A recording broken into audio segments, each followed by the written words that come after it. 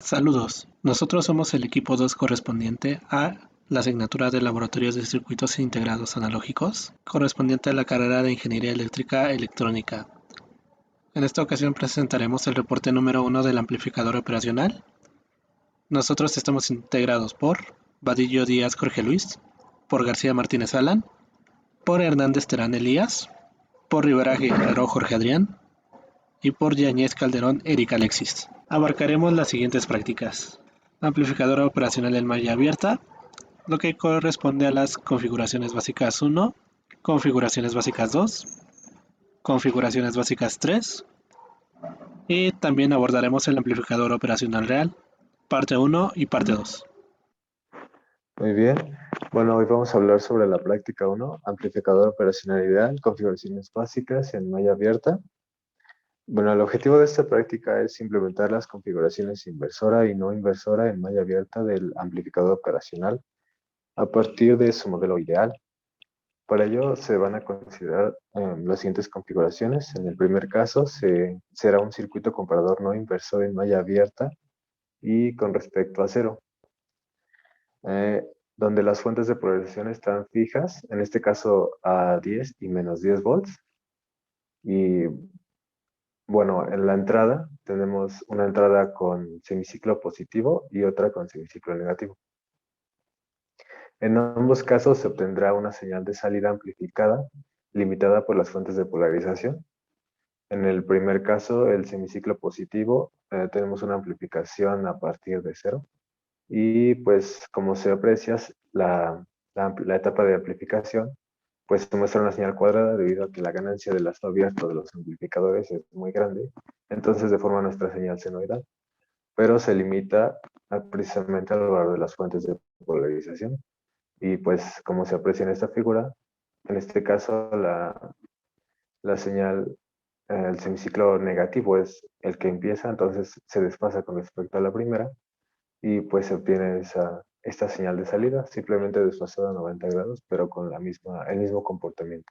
En este caso en la práctica consideramos el primer caso, que es cuando la fuente de polarización positiva es mayor que la negativa, la amplificación o la etapa de amplificación, lo que obtenemos es una señal amplificada limitada por la parte positiva por la magnitud de la fuente de polarización, y por la parte negativa también limitada por la fuente de polarización.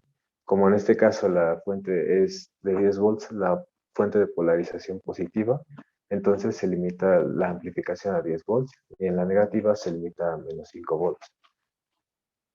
Para el caso en el que la fuente de polarización positiva sea menor que la negativa, pues se obtiene el comportamiento opuesto. La amplificación se limita a 5 volts en la parte positiva, y en el ciclo o el semiciclo negativo se obtiene menos 10 volts. En este caso se muestra una etapa de amplificación para cuando la fuente de polarización positiva tiene un valor diferente de cero, y la negativa pues está a tierra. Bueno, está a 0 volts, y se obtiene esta etapa de amplificación. El caso opuesto, pues se puede observar aquí, la fuente de polarización positiva es 0 y la negativa es diferente, en este caso de menos 5 volts, y se obtiene esta amplificación. En este caso tenemos una configuración inversora, y se puede observar el mismo comportamiento, simplemente la etapa de amplificación será invertida con respecto a la entrada, pero las fuentes de polarización actúan de la misma manera, y pues se obtiene siempre el resultado anterior, simplemente con la entrada y la salida desfasadas 90 grados. Y por último, se analizó un circuito comparador no inversor como modulador de ancho de pulso. Aquí se tiene el circuito eléctrico, en donde tenemos una fuente de polarización positiva y negativa a 12 volts, y un potenciómetro que va a regular el ancho del pulso de salida. Bueno, aquí tenemos el desarrollo matemático, y pues estos son los resultados que se obtuvieron. Para un potenciómetro al 5% se obtiene un ciclo de trabajo muy pequeño, y este va aumentando conforme la resistencia aumenta. Entonces, de esta manera podemos controlar el ciclo de trabajo de la señal de salida. Aquí se observa el 75% y aquí se observa al 95%, donde tenemos una señal de salida bastante limitada debido al aumento de la resistencia del potenciómetro. Y bueno, en este caso, pues tenemos que los límites de la señal también están limitados, por así decirlo, dependiendo de las fuentes de polarización. Y bueno, como conclusión tenemos que en estos casos, pues la señal de salida será parecida a una señal cuadrada, como se ha mencionado, debido a que la ganancia de lazo abierto en un amplificador operacional ideal es muy grande, lo que provoca que la señal de salida se distorsione y pues obtenemos una señal cuadrada que a su vez estará limitada por la magnitud de las fuentes de polarización. Y bueno, eso sería todo por esta primera parte. Bueno, pues la configuración básica de 2 del amplificador operacional ideal. Bueno, nuestro objetivo es analizar y diseñar las configuraciones básicas del amplificador operacional a partir de su modelo ideal. Nuestro primer circuito es el amplificador seguidor de voltaje. Este suele ser un amplificador muy útil para acoplar impedancias o bien para acoplar algunos voltajes, dependiendo del tipo de fuente que tengamos. Y lo bueno de este amplificador es que nos permite tener el mismo voltaje que tenemos a la entrada, a la salida, sin pérdida. Aquí simulamos el amplificador operacional en esta topología para observar cómo tenemos el mismo voltaje en la entrada que en la salida. Podemos ver que en la figura 16, en el primer circuito, tenemos 2.995 volts, igualmente a la salida. En cambio, si tenemos una fuente tal cual conectada directamente a una carga, vemos que hay una pérdida bastante importante. Así, pues llegamos a lo que queríamos. Vemos aquí la diferencia en la potencia disipada por ambos circuitos y se ve, pues claro que hay una gran diferencia. De hecho, es del orden de 10 veces, ¿no? Luego, nuestra siguiente topología es el amplificador inversor. Ese es un amplificador que tiene ganancia de voltaje que está dada por menos R2 entre R1, y esto es porque tenemos la conexión del voltaje de entrada a nuestra terminal negativa.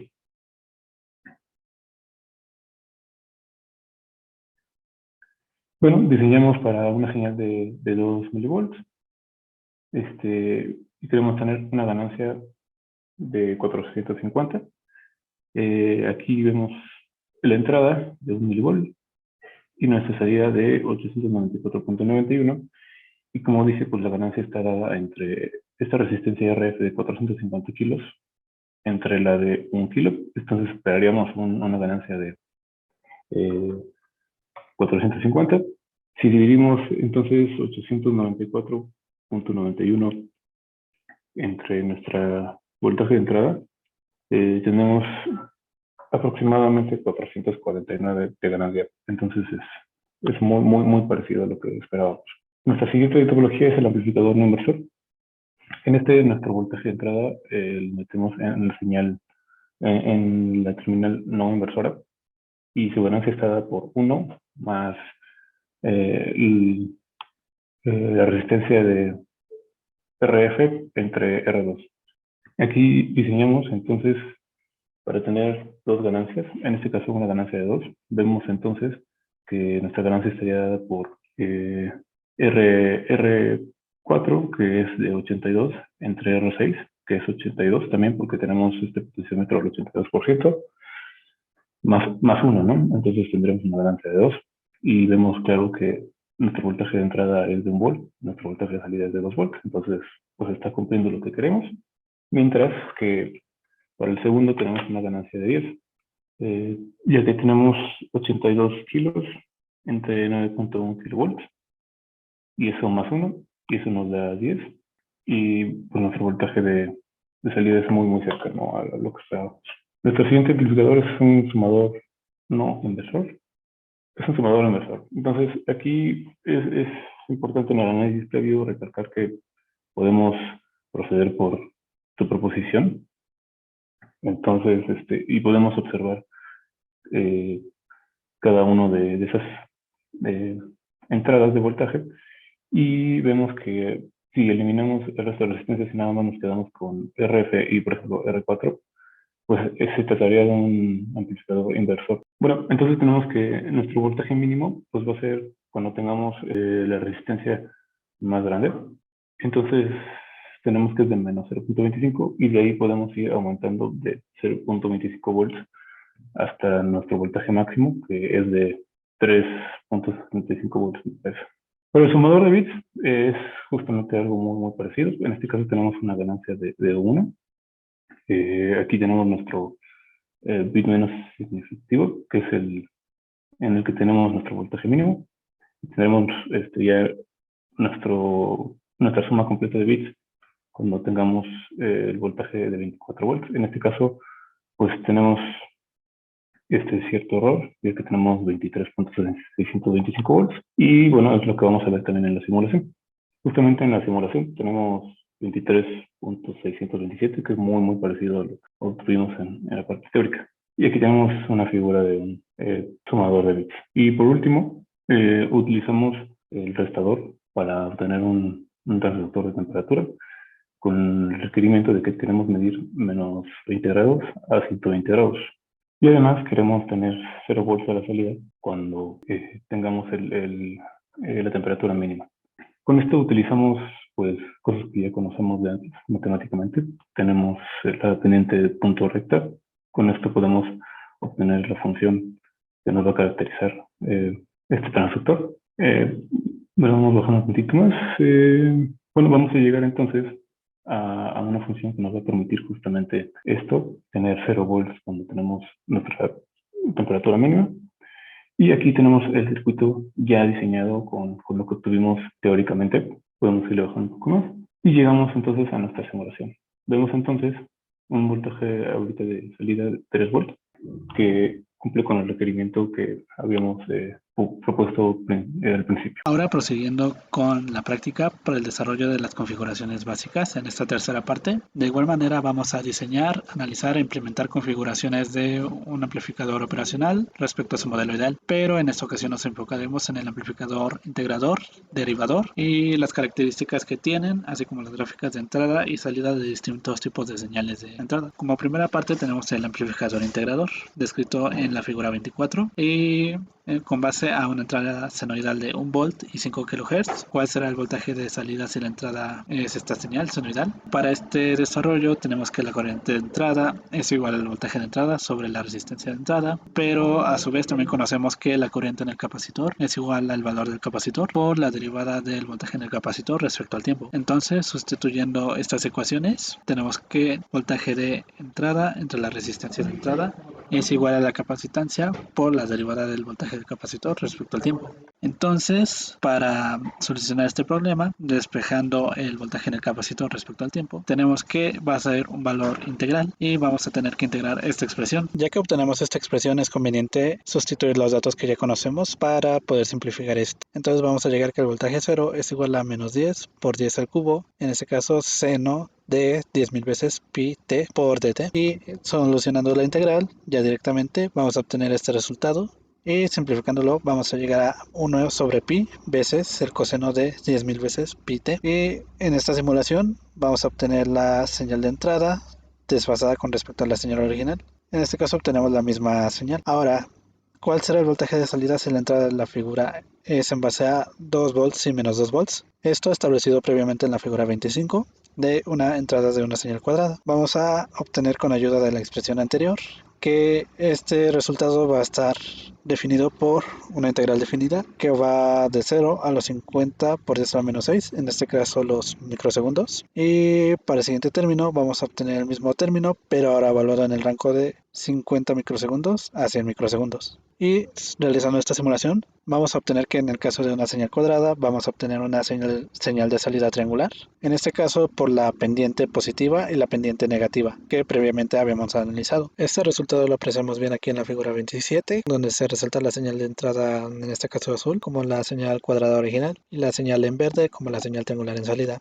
Ahora para el siguiente punto, de acuerdo a la figura 28, se nos pide realizar el análisis de un circuito integrador para obtener la salida de este acelerómetro. Entonces, debido a que esta integral de la aceleración es la velocidad, debemos tomar en cuenta que el integrador va a ser muy parecido al ejercicio que hicimos anteriormente, pero ahora debemos tomar en cuenta los parámetros que nos indica esta figura, por lo que el desarrollo va a estar descrito por la ecuación misma del integrador, pero ahora sustituyendo los valores con los rangos que aquí nos establecen para un microsegundo, 4 microsegundos, 5 microsegundos, en el que vemos que la amplitud está en 6 volts y en menos 6 volts. Entonces vamos a sustituir esto directamente y vamos a tener el mismo caso para los dos intervalos. En este caso, resolviéndolos, vamos a obtener una salida con menos 3 volts y una salida con 3 volts, por lo que obtenemos que este intervalo de igual manera va a tener un intervalo positivo y uno negativo, igual que en la figura 27, ya que obtendremos de misma manera el análisis para este caso debido a la configuración del amplificador integrador, por lo que podemos tener en este caso el mismo rango para la figura 28. Ahora con estos valores de diferencia. Ahora tenemos un circuito derivador, como el que se muestra aquí en la figura 29, y tenemos los valores de 3 volts y 4 kHz. En este caso también debemos verificar los resultados con la simulación para la entrada y salida. Entonces, de igual manera vamos a tener la ecuación de la corriente del capacitor. Ahora tenemos que esta resistencia de referencia RF de, en este caso, 5 kilo ohms, la vamos a tener. Pero antes de llegar a sustituir estos valores, obtenemos la expresión de que el voltaje de salida va a ser igual a menos la resistencia de referencia por el valor del capacitor. Y esto a su vez que multiplica la derivada del voltaje del capacitor respecto al tiempo. Entonces, solucionando esto, vamos a obtener igual el valor en función de una recta con una pendiente. En este caso, recordando el modelo de la recta, vamos a tener que era del punto 2 menos el punto 1 en Y menos el punto 2 menos el punto 1 en X. Ahora tomando estos valores, como los que tenemos aquí, los que se nos indican, 3 volts y para 4 kHz, sustituyendo vamos a obtener estos valores. Por otra parte, también tenemos que los 4 kHz, esto en el tiempo nos representan 250 microsegundos, por lo que la mitad de la señal es de pendiente positiva y la otra mitad también representa una pendiente negativa. Y para el caso del voltaje de entrada 2, vamos a tener la misma pendiente pero ahora negativa, por lo que la forma de esta salida del segundo intervalo va a ser negativa y posteriormente va a ser positiva. Entonces aquí observando la simulación del circuito, tenemos el circuito integrador aquí ya aplicado en el simulador. Aquí obtenemos la señal de entrada y la señal de salida, en este caso la triangular de 3 volts y 4 kHz. Ahora prosiguiendo con el desarrollo, tenemos ahora en la figura 32 que debemos diseñar un amplificador derivador que muestra adecuadamente la forma de la velocidad. En este caso va a ser similar al ejercicio anterior de la configuración del amplificador derivador que ya teníamos. Debemos nosotros proponer una resistencia diferente y un valor de capacitancia. Encontramos que para obtener estos valores debemos sustituir los valores de la pendiente que ya se nos está dando a conocer previamente en esta figura.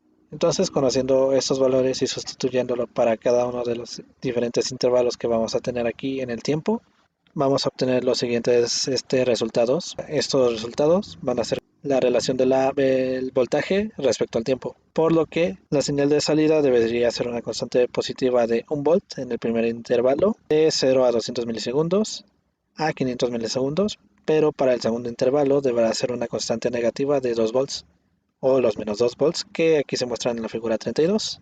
Para continuar entonces, nosotros debemos analizar y diseñar un circuito rectificador de media onda y otro de onda completa cuya entrada está determinada por esta expresión BI. Entonces para el diseño vamos a obtener que está determinado por el circuito de la figura 33. En este caso obtenemos la señal de entrada senoidal y con una configuración no inversora. aquí tenemos la característica de que tenemos este diodo que nos va a ayudar a rectificar la onda. Esto realizado en la simulación, vamos a obtener esta gráfica de salida, la cual es la señal de salida del rectificador de media onda de precisión. Ahora para el rectificador de onda completa vamos a obtenerlo mediante el circuito mostrado en la figura 35. Debemos notar que este análisis es un poco más complicado debido a que este rectificador de onda completa, en este caso en la señal azul, es una entrada senoidal previamente introducida, como se muestra en el circuito, y la onda completa ahora va a estar en color verde con la misma magnitud y el doble de frecuencia. Entonces esto está determinado por medio de este circuito, pero cabe recalcar que el rectificador de onda completa es una extensión del rectificador de media onda. Observa que los amplificadores U1 y U2, en este caso estos de aquí, ambos rectificadores de media onda, en este caso siendo U1 el rectificador de media onda positivo y U2 el rectificador de media onda negativo. Esta señal debe invertirse y sumarse con la señal del rectificador de media onda positivo para generar una señal rectificada de onda completa. Y esto sería todo por parte de esta práctica.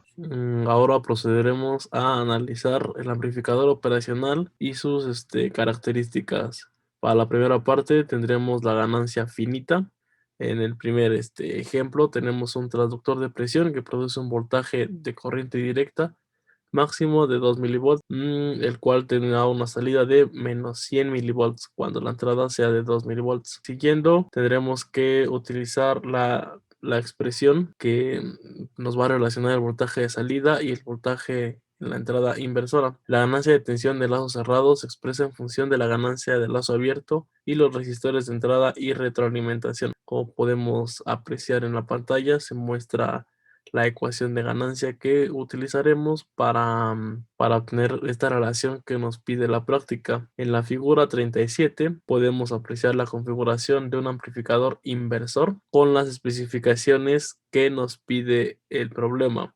Tenemos el transductor con la entrada de 2 milivolts y los ajustes en resistores para así pues obtener la señal de salida deseada. Tenemos la relación de ganancia en lazo cerrado que se requerirá, la cual es de menos 50. Entonces, la magnitud mínima y máxima de ganancia requerida dentro del 0.1% se encuentra dentro del intervalo 49.95 a 50.05%. Finalmente, para obtener la ganancia mínima de lazo abierto es necesario calcular el valor de los resistores RF y R1, siendo la ganancia mínima en lazo cerrado igual a menos 49.95. Si se sabe que la ganancia de lazo cerrado debe ser de menos 50, esto será igual a menos la resistencia de retroalimentación sobre la resistencia. Para obtener el valor de la ganancia mínima en lazo cerrado y los resistores, si se sabe que la ganancia en lazo cerrado debe ser de menos 50,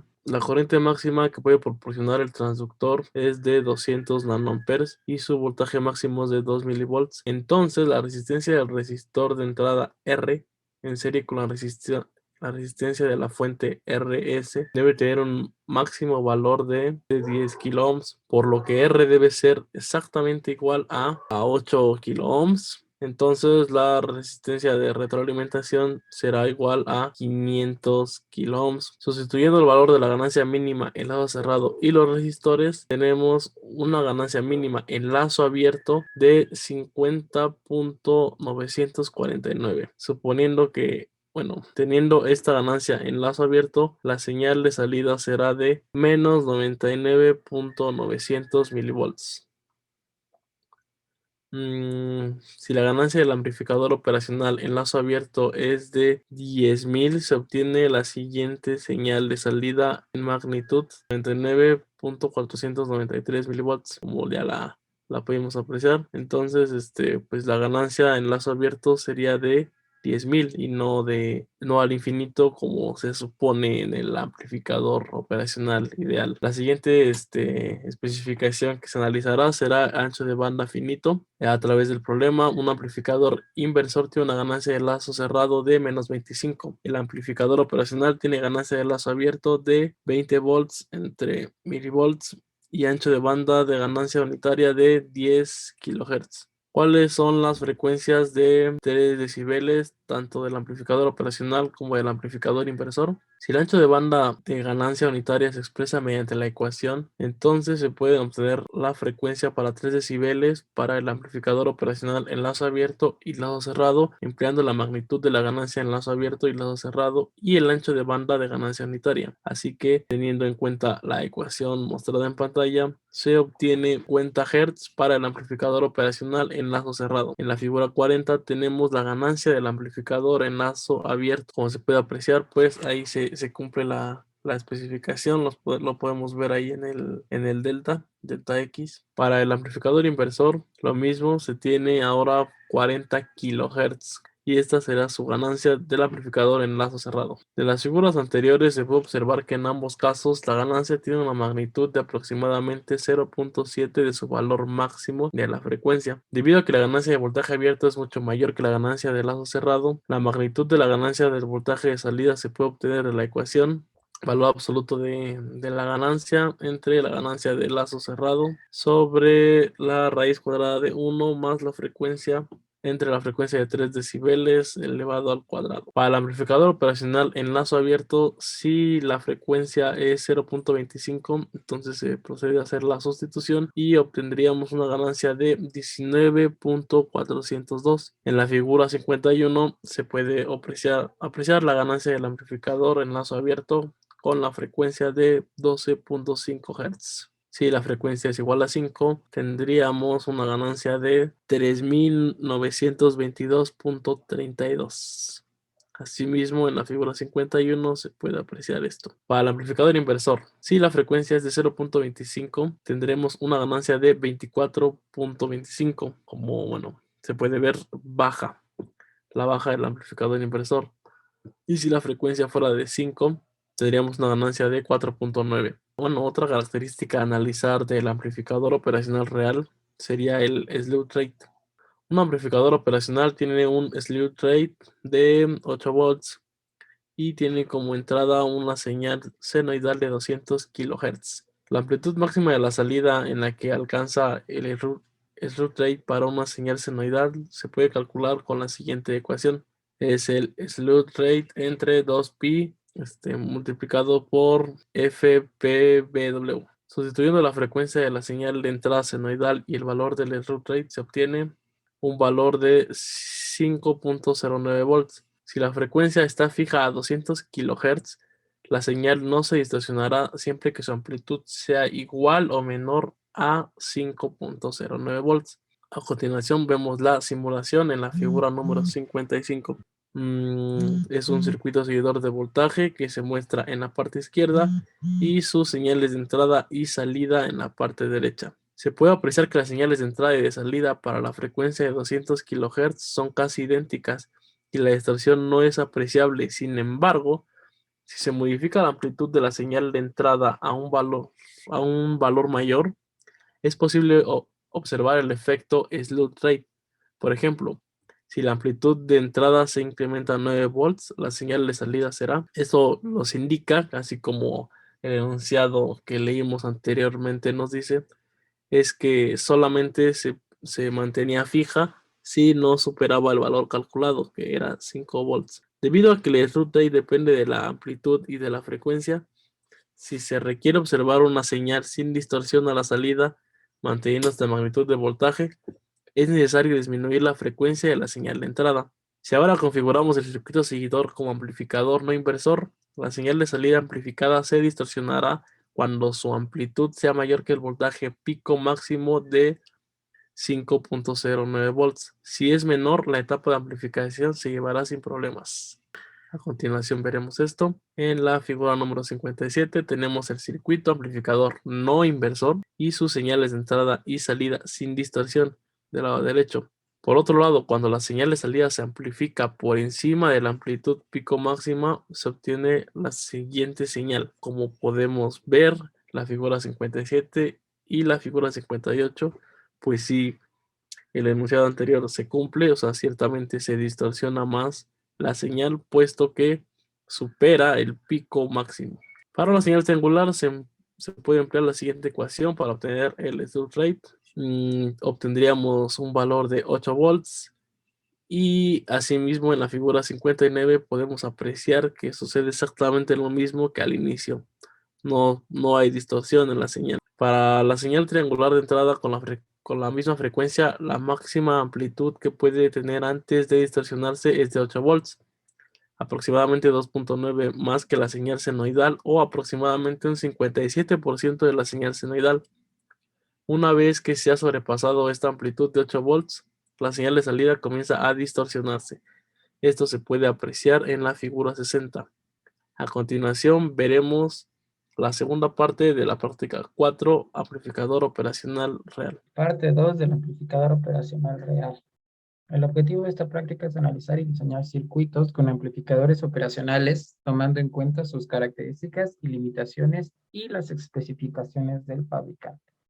Como primer punto abordaremos el voltaje de offset para una configuración no inversora, en donde el primer caso que se analizará será cuando la corriente de polarización y los voltajes de offset es igual a 0 y posteriormente se hará la simulación y el cálculo de la resistencia de offset para compensar este efecto. A partir del voltaje de offset se puede obtener la siguiente ecuación, en donde los parámetros que debemos considerar es la ganancia de ruido, la resistencia de offset, la resistencia de retroalimentación y las corrientes de polarización. Como podemos ver, el voltaje de offset esperado a la salida es de 11.8 por 10 a la menos 3 volts. En nuestra simulación, cuando el voltaje de salida es ideal, no existe algún voltaje de offset que disminuya el valor del voltaje a la salida. Cuando nosotros introducimos los parámetros, tanto las corrientes de polarización de vías como de offset y el voltaje, podemos ver que hay un decaimiento en el voltaje a la salida. En esta simulación podemos observar que cuando colocamos la resistencia de offset con el valor en paralelo de la resistencia R1 y R2, hay una compensación en el voltaje. Sin embargo, esta no es lo suficiente para poder obtener el voltaje esperado a la salida. En el siguiente circuito analizaremos las corrientes de polarización. En él podemos encontrar las siguientes ecuaciones. Aquí, uno de los principales inconvenientes es obtener el cálculo de resistencia 4, que nos ayudará a compensar las imperfecciones dentro del amplificador operacional.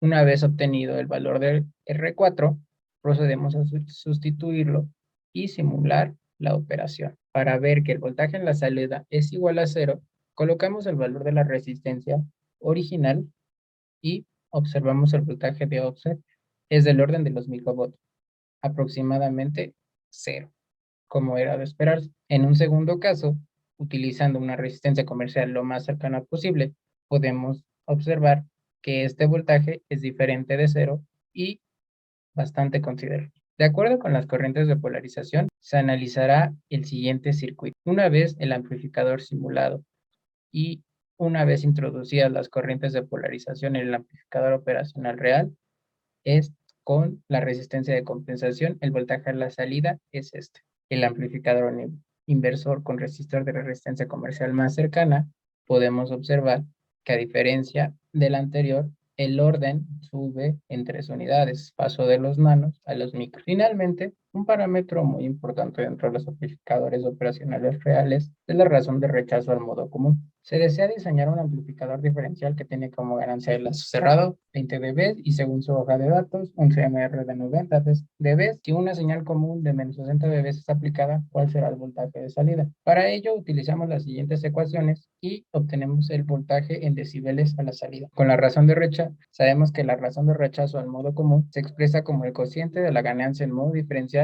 entre la ganancia en modo común, expresado en forma logarítmica, se muestra a continuación. Si bien nosotros encontramos que para poder encontrar el voltaje a la entrada con respecto a la ganancia que queremos obtener, tendremos que utilizar un voltaje de entrada de 1 milivolt. El amplificador operacional en modo común nos arroja estos parámetros. El amplificador operacional en modo diferencial nos muestra estos resultados. Como se observa, la magnitud de la señal en modo común es cercana a 0, mientras que la señal de modo diferencial de la figura es amplificada con una ganancia de 10. Considerando ambas configuraciones, se calcula la razón de rechazo al modo común. Como era de esperarse, debido a que el voltaje pico de la señal de salida en modo común es del orden de 631.68 nanovolts, el voltaje en la salida pico en modo común será de 315.84 nanovolts. Y el valor calculado es de 316, aproximadamente un error porcentual de 0.12%. Como conclusiones, cuando se consideran características importantes como el voltaje de offset o las corrientes de polarización, se espera que el valor sea más pequeño para evitar que la salida se desvíe demasiado del valor esperado. Existen diferentes métodos de compensación, tanto para las corrientes de polarización como el voltaje de offset.